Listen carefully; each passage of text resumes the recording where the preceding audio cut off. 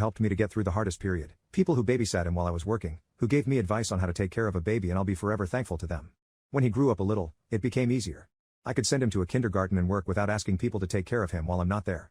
During all this time I hope to hear from his mother. I hope that she'll eventually come around and realize you can't just leave your child like a worthless piece of trash.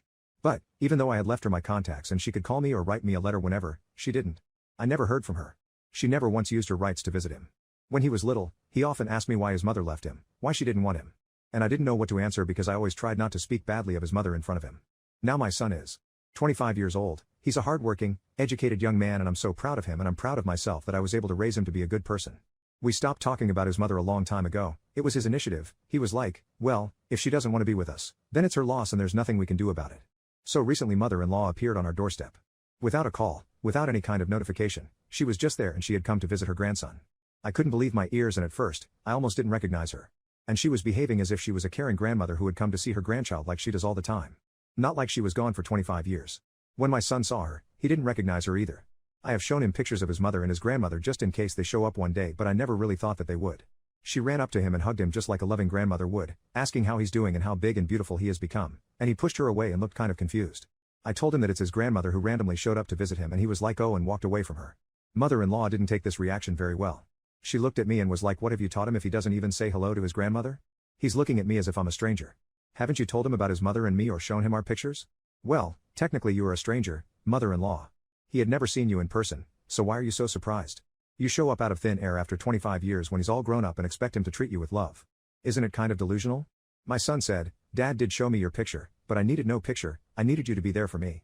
He was quite hateful with her, throwing question after question at her, and mother-in-law's responses were so incredibly narrow-minded, it looked like she wasn't expecting him to ask any questions.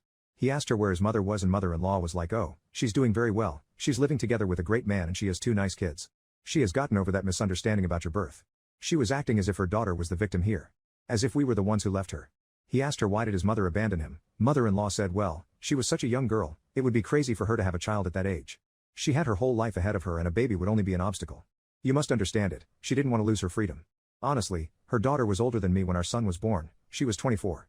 I don't think it's too early to have a child, it's not like she was 14 or something. Actually, age has nothing to do with it.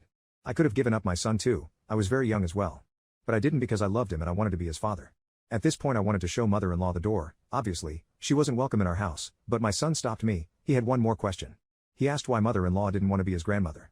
His mother left him, fine, but why did mother-in-law leave him too? Mother-in-law said, well, I had no time to take care of you. I was a young woman too, I had my life too. And grandkids are only obligated to take care of grandparents when they're old, and that's why I'm here. Then my son told her to leave and never come back. He said he doesn't want to see her ever again and he won't help her with anything. And as she was leaving, she attacked me like that's what I thought. A man alone cannot raise a proper human being. Such a rude and impolite boy, he would have turned out better in an orphanage than with you. So according to mother-in-law, the conclusion is, don't have children while you're young, or if you do, feel free to leave them and then come back a few decades later and they'll love you even though they have never received any kind of care from you. But seriously, what the hell was she expecting?